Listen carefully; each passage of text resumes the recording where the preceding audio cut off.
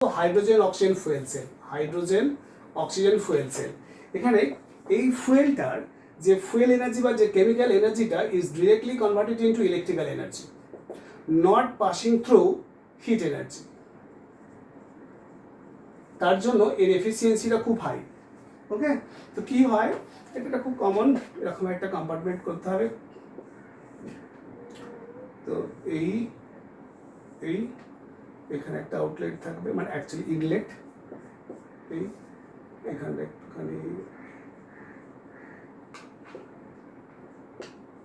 করে দেবো, এখান থেকে এই হচ্ছে মোটামুটি।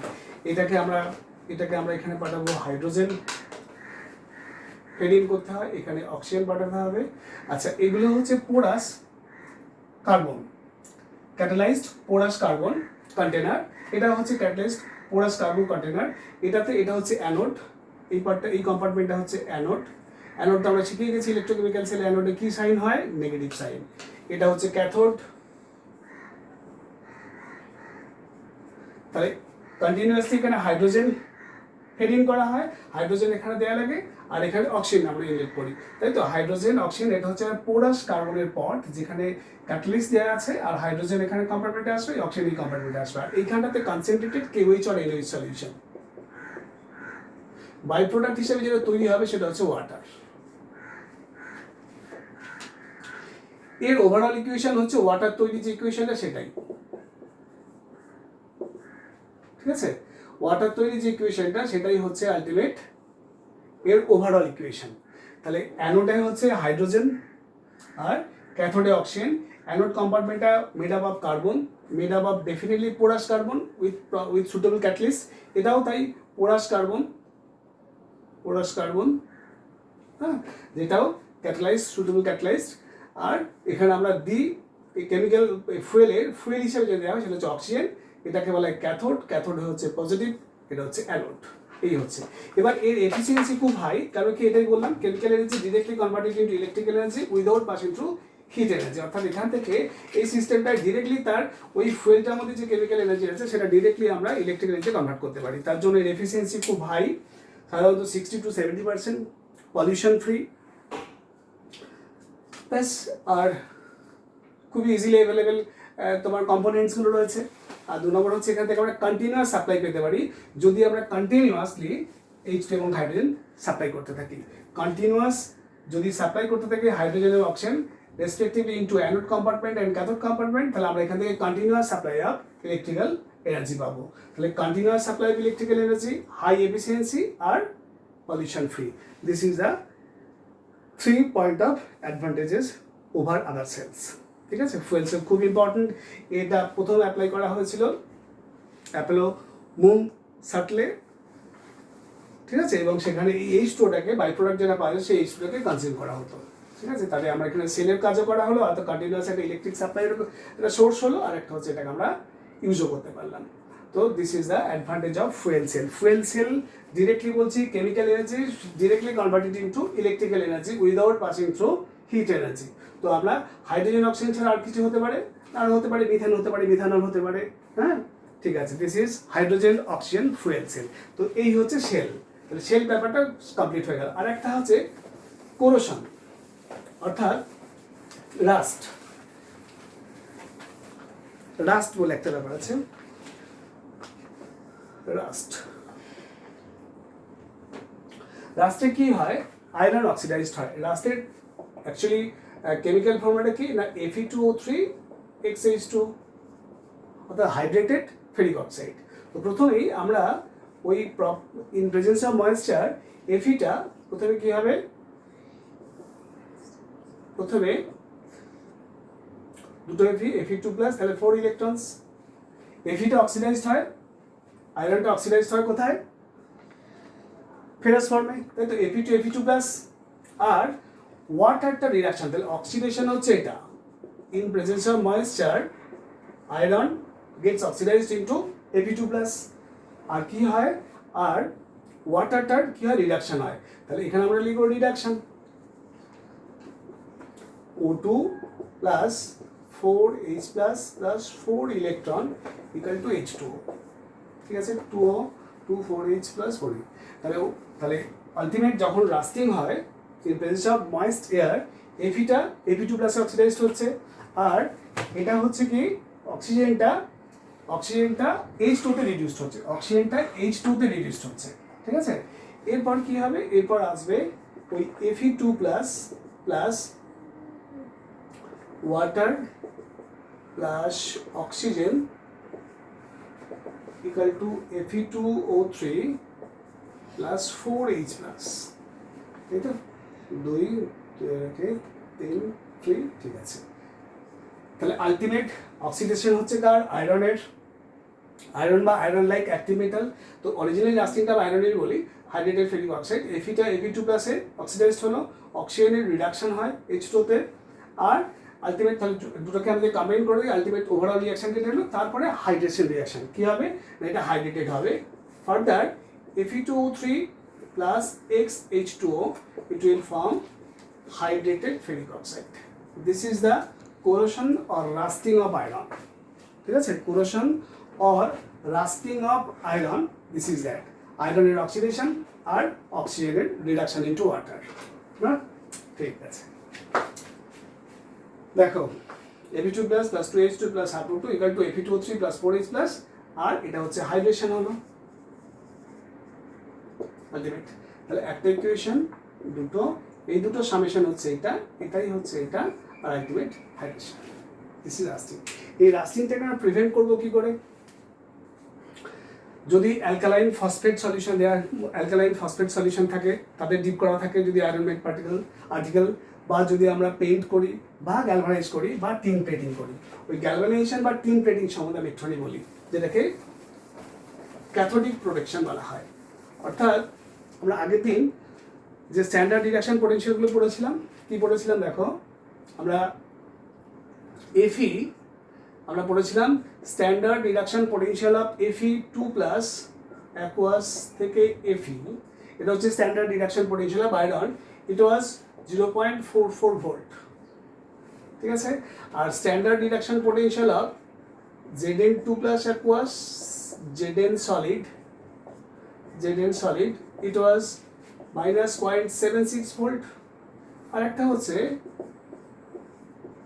Sn2 plus aqueous Sn solid equal হচ্ছে মাইনাস 0.14 ভোল্ট।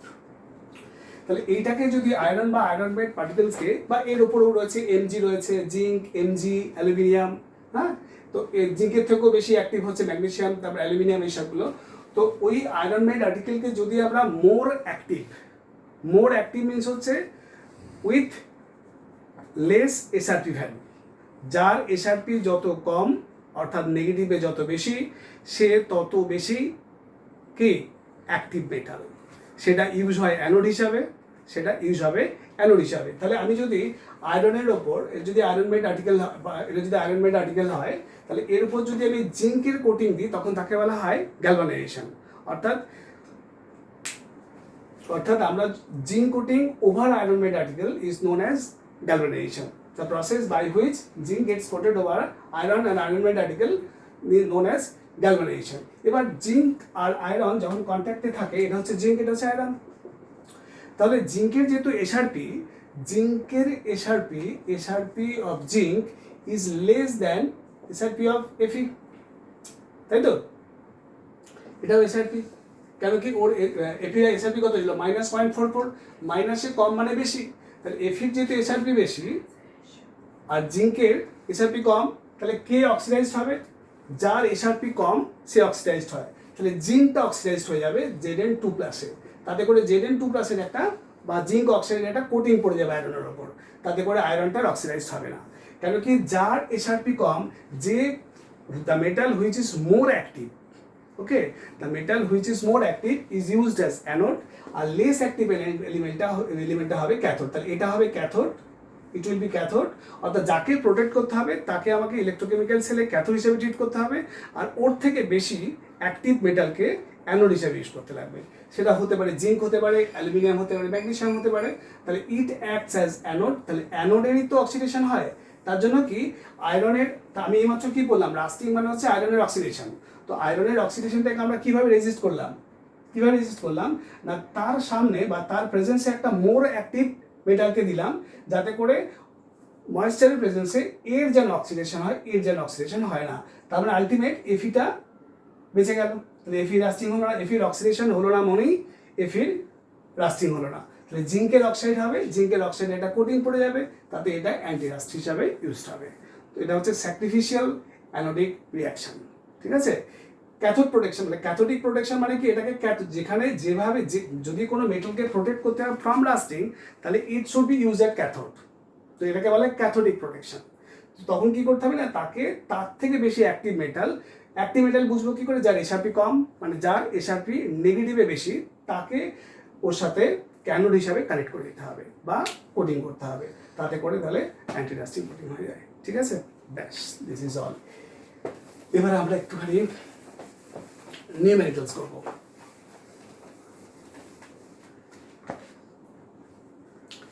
আচ্ছা, টোটাল কি ফর্মুলা পেয়েছি, আমরা সেগুলো একবার কালেক্ট করে নিই, চলো। ফার্স্ট যদি বলি একদম কন্ডাক্টেন্স থেকে যদি বলি আমরা, তাহলে আমরা কি পেয়েছি, জি ইকুয়াল টু 1/r, এক নম্বর formula. G equal to conductance equal to reciprocal of resistance. দু নম্বর কি পেয়েছি, কাপ্পা ইকুয়াল টু কি, kappa equal to G into বা 1/r into L/A, 1/r into L/A। L means হচ্ছে distance between the two electron. Third হয়েছে molar conductivity. ও আচ্ছা, আরেকটা ছিল কোলাস লাইট। আরেকটা অ্যাপ্লিকেশন হচ্ছে ডিগ্রি অফ ডিসোসিয়েশন। আচ্ছা, এটা পরে যাচ্ছি, এখানে করে নিচ্ছি। তাহলে এটা মোলার কন্ডাক্টিভিটি ফর্মুলা কি বেরিয়েছে না, মোলার কন্ডাক্টিভিটি হলো kappa into 1000 by C means হচ্ছে মোলারিটি। আর একটা হচ্ছে ডিগ্রি অফ ডিসোসিয়েশন। ফর্মুলা হচ্ছে molar conductivity at finite dilution by molar conductivity at zero concentration or infinite dilution। যেটা জিরো কনসেন্ট্রেশন বা ইনফাইনাইট ডাইলিউশন বললাম, সেটা এখন পড়লাম কোলাস ল দিয়ে। আর molar conductivity at finite concentration আর এমনি মেয়ার, ওটাকে মোলার কন্ডাক্টিভিটি বলা হয়। ঠিক আছে, মেয়ার মোলার কন্ডাক্টিভিটি আর molar conductivity at finite concentration. এটা গেল degree of dissociation formula. Fifth হবে, তাহলে এটা গেল তোমার কন্ডাক্টেন্স ওরিয়েন্টেড। এছাড়াও যেটা রয়েছে সেটা হচ্ছে তোমার, যদি ফ্যারাডেস লস বলি, তাহলে ডাব্লিউ ইকুয়াল টু পাওয়া গেছিল জেড ইন্টু কিউ, সেখান থেকে আমরা পেয়েছিলাম Z into I into T. আর এখান থেকে আমরা জেডটাকে কিসে কনভার্ট করে নিয়েছিলাম, জেড ইকুয়াল টু কি,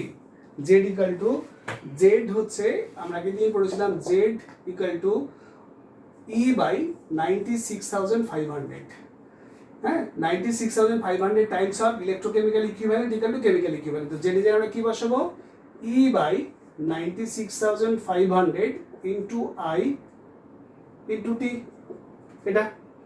ঠিক আছে, এছাড়াও আমি এটাকে কন্টিনিউ করেছিলাম কিভাবে, এটাকে বলেছিলাম এইভাবে, ইটাকে আমরা আর এম বা আর এম এম যেমন হবে, যদি আয়নটা, যদি এখান থেকে যে আয়নটা পাবো, সেই আয়নটা যদি এলিমেন্টারি হয়, তাহলে আমরা আর এম লিখবো, আর M by valency into 96,500 into I into T, এগুলো ইন্টু, হ্যাঁ, ইন্টু ব্যাস।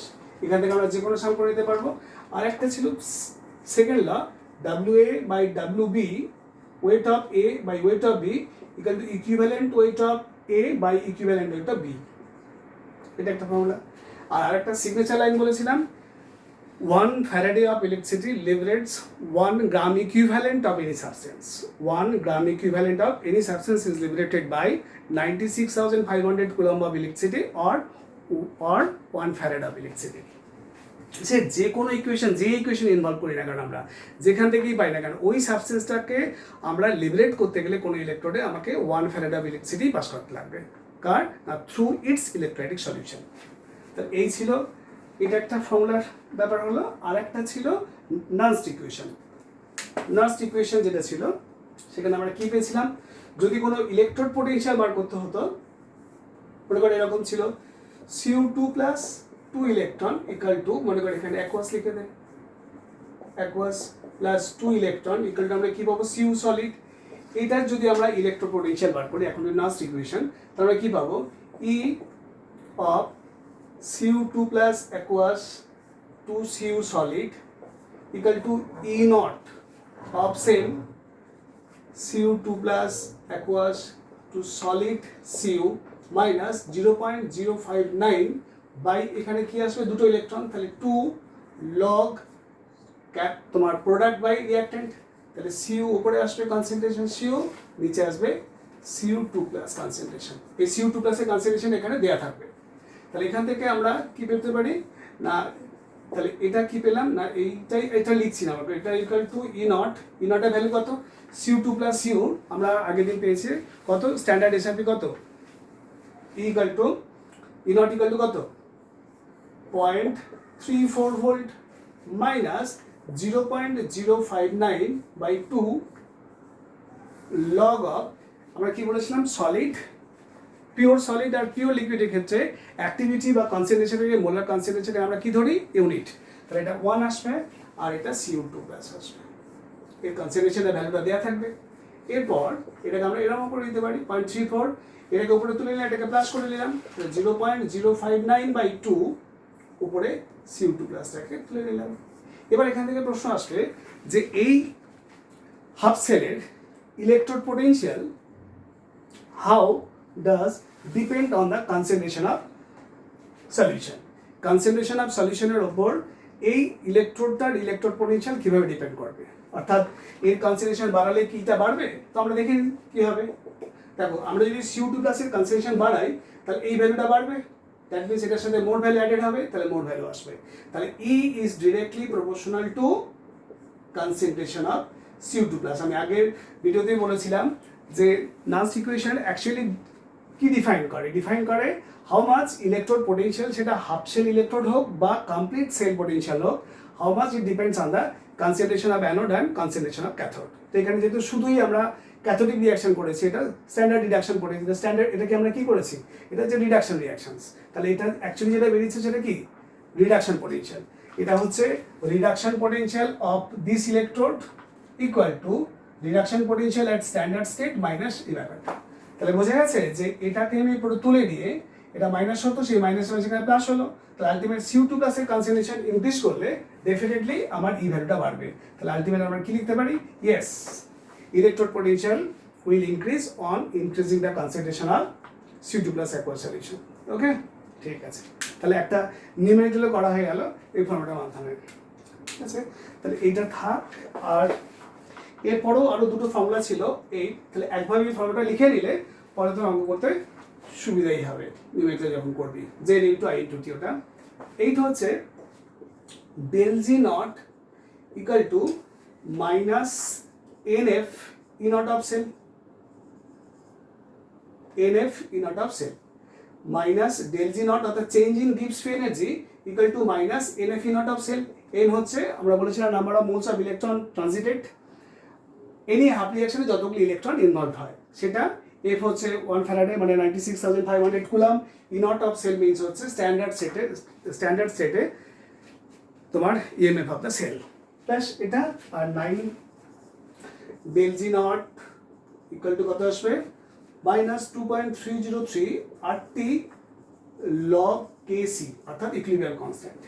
এই দুটো থেকে রিলেট করে আমরা 10 নম্বর ইকুয়েশনটা পেয়ে যেতে পারি, সেটা কি কেসি ইকুয়াল টু কত আসবে বা ই নট অফ সেল কত আসবে এখান থেকে, কেন কি এটা ইকুয়াল টু এটা, তাহলে এটা ইকুয়াল টু এটা, তাহলে E naught of cell equal to কত আসবে minus minus cancel 2.303 RT by NF log KC. তাহলে এই ভ্যালুটা আমরা শিখে গেছি আগের দিন, এটার বোটারের ভ্যালু হচ্ছে 0.059 বাই N লগ কেসি, তাহলে ই নট অফ সেলের একটা ফর্মুলা। তাহলে এটা হচ্ছে total number of formulas used in electrochemistry chapter. তাহলে এটা একবার নিজেরা খাতাতে কপি করে নেবে, তাহলে অঙ্কগুলো করতে সুবিধা হবে। চলো, তাহলে এইটা কিন্তু অ্যাকচুয়ালি একটা নিউমেরিক্যাল প্লাস ফর্মুলা, ডান, বুঝে নিচ্ছে।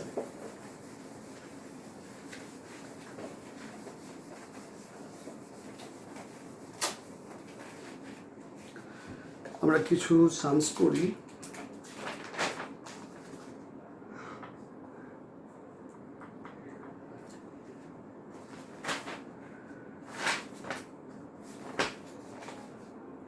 আচ্ছা, এমন একটা সেল রয়েছে, ইলেকট্রোকেমিক্যাল সেল, যেটা ক্রোমিয়াম দিয়ে CR3 plus Cr solid Cr3 plus, ওর কনসেন্ট্রেশন হচ্ছে 0.1 মোলার। এখানে ওর সাথে কম্বিনেশন করেছে Fe2 প্লাস, কনসেন্ট্রেশন হচ্ছে 0.01 মোলার, 2Fe সলিড। এই শেলটার বলেছে ইএমএফ বার করতে, এই শেলটার বলেছে ইএমএফ ফাইন্ড আউট করতে, আর করেসপন্ডিং কেমিক্যাল রিঅ্যাকশনস লিখতে বলেছে। This is a cell, we have to find E of cell আর অ্যাজ ওয়েল ইলেকট্রোকেমিক্যাল রিঅ্যাকশনস। এই যে ইলেকট্রোকেমিক্যাল রিঅ্যাকশনটা হলো সেটা কি লিখবো, টোটাল ইলেকট্রোকেমিক্যাল রিঅ্যাকশনস। তো কি করে লিখি, তো দেখ এটা অক্সিডেশন, এটা রিডাকশন, Fe2 প্লাস থেকে Fe, তাহলে এর অক্সিডেশন হচ্ছে, অর্থাৎ এই কম্পার্টমেন্টের একটা ইকুয়াল সাইনের এদিকে লিখবো আর একটা লিখবো এদিকে, সোজা টেকনিক। এইটার অক্সিডেশন হাফ শেলের লেফট পার্টটা যেটা, অর্থাৎ ক্রোমিয়াম মেটালিক পার্টটা, সেটা বাদিকে লিখলাম, আর এই পার্টটাকে ইকুয়েশনে এই পার্টে লিখলাম। আর এইটারও তাই, এর লেফট পার্টে রাখবো, রাইট পার্টে রাখবো, আর মাঝখানে একটা কি সাইন দেবো, প্লাস সাইন। তাহলে Fe2 প্লাস, এখানে আমরা কনসেন্ট্রেশনটা দিয়ে দিই 0.01 মোলার, আর এখানে আমরা কি লিখবো, Fe লিখবো সলিড, আর এখানে ক্রোমিয়াম 3 প্লাসটা ছিল 0.01 molar. This is the electrochemical reactions takes place in this electrochemical reaction for which we can get electric current by means of these electrochemical reactions. ঠিক আছে, this is the total electrochemical reaction that actually occur in the cell. এবার আমরা find out করব E of the cell. তো আমরা oxidation half সেলের রিঅ্যাকশনটা দেখে নিই। অক্সিডেশন হাফ সেল আমরা কি দেখবো না, এটা হয়েছে Cr থেকে Cr3 plus, that means Cr solid 3টে ইলেকট্রন লুজ করেছে, দিয়ে হয়েছে Cr3 প্লাস অ্যাকুয়াস। এটা হচ্ছে অক্সিডেশন হাফ সেলের রিঅ্যাকশন। রিডাকশন হাফ সেলের কি রিঅ্যাকশন হয়েছে, রিডাকশন হাফ সেলের রিঅ্যাকশন হচ্ছে Fe2 plus by taking 2 electron it gets converted into Fe solid. তাহলে এখানে দেখো এক নম্বর ইকুয়েশন 3টে ইলেকট্রন, এখানে 2টো ইলেকট্রন, এরকম হবে না, ইলেকট্রন বোথ হাফ সেল কিন্তু সেম হতে হবে। তাহলে করতে হবে কি, এই দুটোর এলসিএম করতে হবে। এলসিএম করলে 3 আর 2 এলসিএম করলে কত হয় 6, তাহলে এটাকে আমরা কত দিয়ে মাল্টিপ্লাই করবো 2 দিয়ে, আর এটা করবো 3 দিয়ে। To get it 6, to convert 3 into 6, তাহলে এটাকে 2 দিয়ে মাল্টিপ্লাই করলাম, এটাকে 3 দিয়ে, তাহলে আলটিমেট ইকুয়েশনে কি দাঁড়াবে 2 Cr। এখানে আমরা কি করবো 6 ইলেকট্রন লিখবো, এখানে এটা লিখে দেবো, আর এখানে 3 দিয়ে মাল্টিপ্লাই করবো 3, তাহলে ইট বিকাম 6, এটা হবে 3। Then this is the half reactions that actually takes place in the electrochemical cell for the given electrochemical cell. বুঝে গেছে? আচ্ছা, এবার আমরা ইটা বার করব। ই আমি আর এই পার্টটা লিখছি না কারণ এটা সময় নষ্ট হয়ে যাচ্ছে। তাহলে E equal to E naught of cell, মানে E cell equal to E naught of cell minus 0.059 by number of electrons half সেলে কত 6টা করে, 6 লগ অফ এই ইলেকট্রোকেমিক্যাল সেলের right part by left part. তো রাইট পার্টে কি ছিল, এটা সলিড, তো আমরা কি বলেছি সলিড বা লিকুইডকে নেব না, তার অ্যাক্টিভিটিকে আমরা 1 ধরি, তাহলে Cr3 প্লাস, তাহলে উপরে আসবে Cr3 প্লাস, নিচে আসবে কত Fe2 প্লাস, তাহলে ই নট অফ সেল প্রথমে তাহলে এদের ভ্যালু জানতে লাগবে, কার value, E naught of Cr3 plus থেকে Cr এর ভ্যালু। তো ই নট থেকে Cr3 প্লাস Cr এর ভ্যালু কত দেওয়া আছে এখানে 0.74 মাইনাস 0.74 ভোল্ট, আর Fe দেওয়া আছে ই নট অফ Fe2 প্লাস থেকে Fe দেওয়া আছে মাইনাস 0.44। তো দেখো আমি আগের দিন বলেছিলাম যার নেগেটিভের ভ্যালু বেশি সেটা অ্যানোড, যার নেগেটিভের ভ্যালু কম সেটা হচ্ছে ক্যাথোড। তাহলে এটা অ্যানোড, এটা ক্যাথোড, তো ডেফিনেটলি ওই জন্য অ্যানোডটা আগে লিখেছে। সবসময় সেলে অ্যানোডটা আগে থাকবে, ক্যাথোডটা পরে থাকবে, ডান, ঠিক আছে। তাহলে ultimate E cell equal to E naught cell minus, তাহলে এইটা মাইনাস সেটা করবো, তাহলে cathode minus anode, E naught cell মানে হচ্ছে ক্যাথোড মাইনাস অ্যানোড, তাহলে মাইনাস 0.44 মাইনাস হচ্ছে প্লাস 0.77, 0.74 দিয়েছে, 0.74 plus minus log of CR3 plus, এখানে আমরা দেখতে হবে CR3 প্লাসের হাফ ছেড়ে দেখতে হবে CR3 প্লাসের 2 কোএফিসিয়েন্ট রয়েছে, তাহলে এটাকে যদি ব্যালেন্স করতে তাহলে কি করতে হবে, এখানে 2 রাখবে, এখানে 2, এখানে 3, এখানেও 3, তাহলে আলটিমেট এইটার যে কোএফিসিয়েন্ট সেটা পার হয়ে যাবে। তাহলে CR3 প্লাসের কনসেন্ট্রেশন কত ছিল, 0.1 তার স্কোয়ার, আর Fe2 প্লাস ছিল নিচে, তাহলে Fe2 প্লাসের কনসেন্ট্রেশন কত ছিল 0.01, তাহলে 0.01 টু দি পাওয়ার 3, অর্থাৎ এই ব্যালেন্সড ইলেকট্রোকেমিক্যাল রিঅ্যাকশনটাতে যে আয়ন্সগুলোর কোএফিসিয়েন্ট যা নেওয়া হয়েছিল কনসেন্ট্রেশন টার্মে সেগুলো পার হয়ে যাবে। আর করতে হয় কি, যদি বোথ হাফ শেলে নাম্বার অফ ইলেকট্রন আমরা যদি পার অ্যাটমে নাম্বার অফ ইলেকট্রনসগুলো সমান না দেখি, তখন ওটাকে আমরা এলসিএম করে ইকুয়েশনে মাল্টিপ্লাই করে বোথ হাফ রিঅ্যাকশনে নাম্বার অফ ইলেকট্রনকে সেম করে নেবো, সেটাকে আমরা এন এর ভ্যালুতে বসাবো। ঠিক আছে, সেটাকে আমরা, আচ্ছা ওইটা লেখা হলো না, এটা ছিল 0.44 plus minus 0.74 minus 0.059 by 6 log ক্রোমিয়ামে লিখলাম কত 0.1 তার হোল স্কোয়ার, আর এটা হবে 0.01 এর হোল কিউব। ঠিক আছে, ক্যালকুলেশনটা নিজে করবে, আলটিমেটলি ভোল্ট আনসার আসবে কিন্তু পজিটিভে। যদি টোটাল ভ্যালুটা ই সেলে পজিটিভে না আসে তাহলে জানবে তোমার ক্যালকুলেশনে কিছু ভুল হচ্ছে। E cell should be in positive, okay, to be a real electrochemical cell E cell সবসময় পজিটিভে আসতে হবে, ই সেল হোক ইনট সেল যাই হোক পজিটিভে আসতে হবে, এটা তো পজিটিভ ডেফিনেটলি আসবে, এটা ক্যালকুলেশন করলে জানো পজিটিভ আনসার আসে। ঠিক আছে, তো দিস ইজ তোমার একটা সাম হলো, আর একটা সাম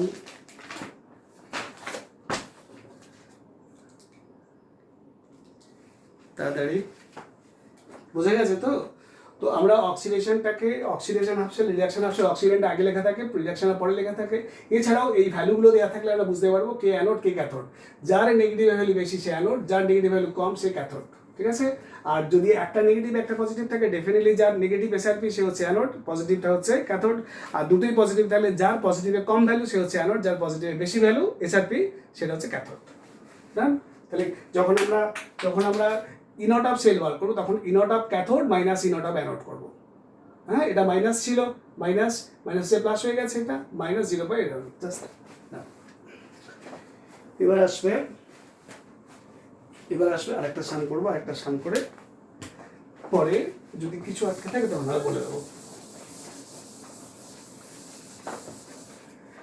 বলছে দ্য ডেন্সিটি অফ ভালো করে শোন, density of copper equal to 8.9 farm, density of copper বলেছে 8.95 গ্রাম পার ml, R find out the number of coulombs needed to plate an area of 100 centimeter square to a thicknessটা মনে কর thickness বলেছে 10 to the power minus 2 centimeter using copper sulfate solution as electrolyte। তাহলে আবার বলছি, কোনো একটা আর্টিকেলের ওপর কপারের ইলেকট্রোপ্লেটিং করতে হবে, তো সেই কপারটার ডেন্সিটি যে সলিউশনটা ছিল সেই কপারের ডেন্সিটি হচ্ছে 8.95 গ্রাম পার মিলিলিটার, আর বলছে find out the number of coulombs needed to plate an area of 100 centimetre স্কোয়ারের একটা প্লেট রয়েছে, 100 সেন্টিমিটার স্কোয়ারের প্লেট, যাকে আমরা থিকনেসের 10 to the minus 2 সেন্টিমিটার থিকনেসের একটা ইলেকট্রোপ্লেটিং করবো কপার দিয়ে, তাহলে আমাকে কতটা কুলম্ব অফ ইলেকট্রিসিটি পাঠাতে লাগবে। আমি বলেছিলাম একটা ফেমাস ফর্মুলা যেটাকে আমরা ফার্স্ট ল থেকে ডিরাইভ করেছিলাম, W ইকুয়াল টু কি ধরা হয়েছিল না, E by valency into 96,000 Rn by valency into 96,500 into Q. এই কিউটাকে আমরা আইটি করতে পারি না, যেহেতু এখানে কিউটা কোশ্চেন্স, যেহেতু নাম্বার অফ কুলামটাকে বার করতে দিয়েছে, নাম্বার অফ কুলাম বার করতে দিয়েছে, চার্জ বার করতে দিয়েছে, চার্জ, তাই তো কতটা চার্জ বা কতটা ইলেকট্রিসিটি আমাকে কপার সালফেটের সলিউশনের মধ্যে পাঠাতে হবে যাতে করে এরকম একটা 100 সেন্টিমিটার স্কোয়ার প্লেটে 10⁻² সেন্টিমিটার একটা থিকনেস পড়ে।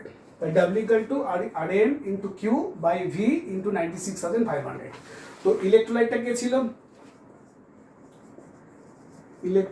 কে ছিল কপার সালফেট। আমরা বারবার করে বলেছি ইলেকট্রোলাইটটা কি দেখবো না, দেখবো কার প্লেটিং কে জমছে, এর উপর কপারের ডিপোজিট হবে, তাহলে কপারের সব কিছু নিতে হবে। তো কপার সালফেটের মধ্যে কপারটা কি চার্জ স্টেটে ছিল 2+, প্লাস সালফেট 2-, এইটা ক্যাথোডে চলে আসবে, দিয়ে ডিপোজিট হবে, তাই তো। এটা ক্যাথোডে থাকবে, আর ক্যাথোডে কি থাকবে, ক্যাথোডের প্লেটটা রাখা থাকবে, দিয়ে আলটিমেট এর উপর একটা কপারের ডিপোজিশন আসবে। তো কতটা লাগবে চার্জ, তো চার্জটাকে সাবজেক্ট করে নিই, তাহলে কিউ ইকুয়াল টু কত আসবে, ভ্যালেন্সি বা charge state into 96,500 into mass of the substance, mass of the copper deposited over the plate by Rm, তাই তো। এটা জিজ্ঞেস করছে কিউ ইকুয়াল টু, তাহলে valency into 96,500 into mass by Rm। তো ভ্যালেন্সি কপারে কত, চার্জ স্টেট কত, 2, 96,500 তো রয়েছে, into mass of the substance কত হবে, এইখান থেকে বার করে নিতে হবে মাসটাকে কি করে বার করবো, মাস ইকুয়াল টু কি, ডেনসিটি ইন্টু, আচ্ছা থিকনেস হচ্ছে এটা, থিকনেসের সঙ্গে এরিয়া গুণ করলে, এটার সঙ্গে এটা গুণ করলে কি হয়, ভলিউম হয়, এটার সঙ্গে এটা গুণ করলে কি হয়, ভলিউম আসবে, ভলিউম। উফ, কেন যে লিখে না, এটা হচ্ছে এটার সঙ্গে এটা মাল্টিপ্লাই করলে কি আসবে, ভলিউম আসবে, কারণ কি থিকনেস ইন্টু এরিয়া মানে ভলিউম, তাহলে 100, তাহলে ভলিউম ইন্টু ডেনসিটি, তাহলে ভলিউম ইন্টু ডেনসিটি, তো ভলিউমটা কত আসবে, ভলিউমটা আসবে 100 ইন্টু 10⁻² ইন্টু ডেনসিটি হচ্ছে কি, দুটো ইউনিটটা সেম, তাতে কনভার্ট করতে লাগলো না, এটাও তাই, গ্রাম পার এমএল আছে, এমএল মানে সিসি, 8.98, আমি কিন্তু মাল্টিপ্লাই করছি না, তাহলে এত গ্রামে আসবে। V into D, thickness into area, যদি একটাই 100 সেন্টিমিটার স্কোয়ার, সে এপিটোপিট আমার দেখা যায়, total area to be covered হচ্ছে 100 সেন্টিমিটার স্কোয়ার, কত থিকনেসের, এত থিকনেসের, তাহলে থিকনেস ইন্টু তোমার এরিয়া হচ্ছে volume into density equal to mass, তাহলে mass of copper to be deposited over this plate কত বেরিয়ে গেল, এটা বেরিয়ে গেল, তাহলে আমরা এখানটা কি ইউজ করবো, 100, আচ্ছা 100 ইন্টু 10⁻² মিস মানে কত, 1, তাহলে শুধু এখানে 8.98 লিখলাম, বা আগে লিখি তো বুঝতে পারবি না তা নাহলে, তাহলে 100 into 10⁻² into 8.98 divided by Rm কত, Rm হচ্ছে কপারের 63.5, ব্যাস। This is the required amount of charge that to be passed through the copper sulfate solution to have a thickness, to have a plate of thickness, তোমার coating of thickness 10⁻² over this area. এর উপর কে জমবে, copper জমবে, তাহলে এটাকে আমাকে cathode হিসেবে use করতে লাগবে, কপারে ক্যাথোড আসবে, সেই কপারে কতটা ক্যাথোড হবে না, ভলিউম ইন্টু ডেনসিটি, সেটা আমরা এখানে বসিয়ে দিলেই আলটিমেট কি পেয়ে যাবো। তাহলে এই ফর্মুলাটা হচ্ছে এমন একটা ফর্মুলা যেখান থেকে আমরা সব কিছু পেয়ে যেতে পারি, ঠিক আছে। এছাড়াও আরেকটা বলেছিলাম যে তোমার 1 ফ্যারাডে ডিপোজিট করে কত, 1 gram equivalent of any substance. তাহলে দেখ আমাকে কতটা সাবস্টেন্স ডিপোজিট করতে হবে, এতটা, তাহলে এতটা ডিপোজিট করতে কতটা চার্জ লাগবে এটা জানতে লাগবে। আর কপারের করবো কি, আমি আরেকটা ভাবে বলছি, দেখ কপারের Cu2+ এর ইকুইভ্যালেন্ট মাস কত, E অফ Cu2+ এগুলো কত আসবে, 63.5/2, তাহলে এত মাস, এটা হচ্ছে equivalent mass of copper in copper sulphate, তাহলে কপারের ইকুইভ্যালেন্ট মাস হচ্ছে এটা। এখন এত gram equal to 1 gram equivalent, তাহলে এত গ্রাম ইকুইভ্যালেন্ট, এত গ্রাম মানে হচ্ছে কি, এত গ্রাম মানে হচ্ছে 1 গ্রাম ইকুইভ্যালেন্ট, দ্যাট মিনস এত গ্রাম, দ্যাট ইজ 1 গ্রাম ইকুইভ্যালেন্ট। এত গ্রাম মানে হচ্ছে, যদি ইকুইভ্যালেন্টকে আমরা ইকুইভ্যালেন্ট ওয়েটকে গ্রামে এক্সপ্রেস করি তাহলে কি বলবো, 1 গ্রাম ইকুইভ্যালেন্ট। তাহলে এত গ্রাম অফ কপার 2+ ডিপোজিটেড হয় at cathode as copper by means of কত, 1 ফ্যারাড অফ ইলেকট্রিসিটি, ঠিক আছে। That means 96,500 of electricity. বারবার করে বলছি, দেখ কোনো রিয়াকশানস কিচ্ছু জানতে লাগবে না, খালি তোকে এটুকু বুঝতে হবে যে ডিপোজিটেড হচ্ছে তার আয়নিক স্টেট কত ছিল, সিউ এসবটা হচ্ছে ইলেকট্রোলাইট, তার মধ্যে কপারের আয়নিক স্টেট হচ্ছে Cu2+, তাহলে Cu2+ এ কপারের চার্জটা হচ্ছে 2, তাহলে Rm কে তার ভ্যালেন্সিটি ডিভাইড করলে এলিমেন্টারি আয়নের ক্ষেত্রে ইকুইভ্যালেন্ট মাস বেরোয়। এবার ইকুইভ্যালেন্ট মাসকে গ্রামে এক্সপ্রেস করলে সেটা হচ্ছে তার 1 গ্রাম ইকুইভ্যালেন্ট, আর 1 gram equivalent of any substance is deposited by 1 faraday of electricity বা 96,500 কুলম। তাহলে এত gram of copper should be deposited by এত কুলম অফ ইলেকট্রিসিটি। তাহলে একে কত হবে 96,500 ইন্টু 2 বাই 63.5, তাই তো 1 গ্রামের জন্য কত, আর তোকে কত গ্রাম করতে হবে এইটা, তাহলে এটাকে 100 ইন্টু 10⁻⁻2 ইন্টু 8.98, এত গ্রাম ডিপোজিট করতে গেলে কত লাগবে না, এত গ্রাম ডিপোজিট করতে লাগবে 96,500 into 2 into 100 into 10⁻⁻2 into 8.98 by 63.5। দেখ এই ক্যালকুলেশনটা সেম না, ঠিক আছে। তাহলে আমরা এই ফর্মুলাটা ধরেও করতে পারি, আলটিমেট ওই সিগনেচার লাইনটা, ওই গোল্ডেন লাইনটা ধরেও করতে পারি যে 1 gram equivalent of any substance যদি 1 ফ্যারাডে ডিপোজিটেড হয়, তাহলে আমার রিকোয়ার্ড মাসটা যদি এখান থেকে পেয়ে গেছি, তাহলে অতটা মাস ডিপোজিট করতে কত কত আমার কুলাম লাগবে বা কত ফ্যারাডে লাগবে পেয়ে যাবে, ঠিক আছে। ঠিক আছে, আমার মনে হয় এটাই একটু প্রবলেম থাকে। আরেকটা করবো, একটা তাহলে আর দুটো বা একটা করেন।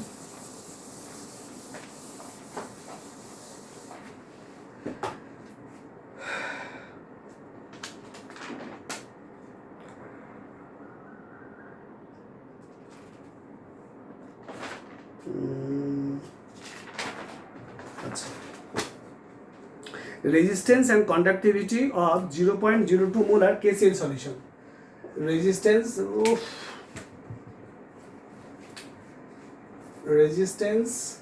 এটা KCl, KCl সলিউশন। KCl সলিউশনের কনসেন্ট্রেশন বলছে 0.02 মোলার KCl সলিউশন, তার রেজিস্ট্যান্স হচ্ছে 82.4 ওহম, আর তার কন্ডাক্টিভিটি মানে কাপ্পা হচ্ছে 0.0028 সিমেন্স পার সেন্টিমিটার। ইউনিট থেকে বুঝতে পারা যাবে এটা কে, কাপ্পা। সিমেন্স পার সেন্টিমিটার কার হয়, কন্ডাক্টিভিটি। রেজিস্ট্যান্সের এত ওহম হবে। এবার বলছে এই সেলটাকে, যে সেলে আমরা মাপছি অ্যাকচুয়ালি এই কন্ডাক্টিভিটি বা রেজিস্ট্যান্স ভেবেছিল যে সেলটাতে, সেটা যখন filled with another solution K2SO4 of normality 0.005, তখন সলিউশনটার রেজিস্ট্যান্স ছিল 324। তাহলে আমাকে কি বার করতে দিয়েছে, সেল কনস্ট্যান্ট। এবার K2, এবার এই সেলটাকে যদি আমরা K2SO4 দিয়ে ফিল করি, এই সেলটাকে যদি আমরা K2SO4 দিয়ে ফিল করি, হ্যাঁ, যেখানে এটা মেজার করেছিলাম তখন, এবং তার সলিউশন এখানে যেমন KCl সলিউশনটা ছিল 0.02 মোলার, আর এখানে K2SO4 সলিউশনটা হচ্ছে 0.05 নর্মাল, হ্যাঁ, তখন রেজিস্ট্যান্স এসেছিল, রেজিস্ট্যান্স কামস অ্যাজ 324 ওহম। তাহলে বলেছে এই সেলটার সেল কনস্ট্যান্ট বার করো। সেল কনস্ট্যান্ট মানে কি, এটা L/A। তো L/A হলে আমরা কি জানি, cell constant equal to L/A itself একটা ফর্মুলা। এছাড়া আমরা কি জানতাম, কাপ্পা বাই আর, তাই তো। কারণ কি কিছু না কি শিখলাম, এটা বার করতে দিয়েছে সেল কনস্ট্যান্ট, তাহলে বার করি আমরা কি করে সেল কনস্ট্যান্ট বার করবো না, কাপ্পা ইকুয়াল টু কি ছিল 1/r ইন্টু সেল কনস্ট্যান্ট, এটা ফর্মুলা ছিল। তাহলে ultimate cell constant equal to কত আসবে, therefore cell constant equal to r into kappa, 1/r হচ্ছে কি conductance into cell constant equal to conductivity. তাহলে cell constant r into K, তাহলে ভ্যালুগুলো গুণ করে দিলে এসে যাবে 82.4 ইন্টু 0.0028। সেল কনস্ট্যান্ট ইউনিট কি পার সেন্টিমিটার, আমি ক্যালকুলেশন করলাম না। তাহলে দিস ইজ সেল কনস্ট্যান্ট। বলেছে জি অফ K2SO4, অর্থাৎ আমাকে বার করতে দিয়েছে K2SO4 এর জি মিনস কি 1/r, G equal to 1/r। তাহলে যেহেতু K2SO4 এর আমাকে বার করতে দিয়েছে কন্ডাক্টেন্স, তাহলে K2SO4 এর 1/r-টাকে ইউজ করতে লাগবে, এই আরটা ইউজ করলে হবে না। তাহলে এখানে কত আসবে 1/324 এত সিমেন্স বা পার ওহম। কি বলেছে, এই when the cell is filled with K2SO4 তখন রেজিস্ট্যান্স ছিল এত। তাহলে what should be the conductance of K2SO4, তাহলে G of K two S কত, এটা হচ্ছে of K two S four, যার যেটা সেটা দিয়ে করতে হবে, এটা কেসিএল এর ছিল, এটা হচ্ছে কে টু এস ফোরের। আর বলেছে যে kappa of K two S four, kappa অর্থাৎ কাপ্পা মানে কি, কাপ্পা মানে হচ্ছে conductivity, K of K two S four, K of K two S কত আসবে 1/r ইন্টু সেল কনস্ট্যান্ট। আচ্ছা সেলটা কিন্তু আমি আগেও বলেছিলাম, সেল কনস্ট্যান্টটা কিন্তু আমি কি ইলেকট্রোলাইট দিয়ে ফিল করছি that does not matter, cell কনস্ট্যান্টটা ফিক্সড, তাহলে সেল কনস্ট্যান্ট যেটা এসেছিল সেটা এটাই আসবে। তাহলে এখানে সেল কনস্ট্যান্টটাকে যদি আমরা এক্স ধরে নিই, হ্যাঁ, পার সেন্টিমিটার, তাহলে আমরা এখানে কি করবো 1/r that is 1/324 into x করে দেবো, কি আসবে, কাপার ইউনিট কি সিমেন্স পার সেন্টিমিটার, সিমেন্স পার সেন্টিমিটার, এটা সিমেন্স পার সেন্টিমিটার, এটা এর কাপাটা দেওয়া ছিল, কেসিএল এর কাপা দেওয়া ছিল, আমাকে কাপা বার করতে হলো অকার কে টু এসে ফোরে, আর কি বার করতে দিয়েছে কে কাপা আর মোলার কন্ডাক্টিভিটি, তাহলে molar conductivity of K two S four. দেখো যখন কে টু এসে পড়বো কে টু এসে পড়বো, খালি সেল কনস্ট্যান্টে কিন্তু যেহেতু একই সেল, যতই অন্য ইলেকট্রোলাইট দিয়ে ফিল করা হোক না কেন, সেল কনস্ট্যান্টের ভ্যালুটা কিন্তু সেম থাকবে। তাহলে তাহলে molar conductivity of K two S four কত আসবে অ্যাট দিস কনসেন্ট্রেশন, কেন কি স্পেসিফিক কনসেন্ট্রেশনে যেটা হয় সেটা বলা হয় অ্যাট ডেফিনিট কনসেন্ট্রেশন, আর একটা হচ্ছে জিরো কনসেন্ট্রেশনে। তো আমাকে শুধু molar conductivity of K two S four at this concentration বার করতে দিয়েছে। তাহলে হোয়াট শুড বি দ্যাট, এটার সঙ্গে কি রিলেশন ছিল, kappa into 1000 by C, C মানে কত, যদি এখানে মোলার কন্ডাক্টিভিটি করেছি, কিছু লেখা নেই মানে মোলার কন্ডাক্টিভিটি, কিছু লেখা নেই মানে মোলার কন্ডাক্টিভিটি, তাহলে আমাকে ইকুইভ্যালেন্ট লিখতে হতো।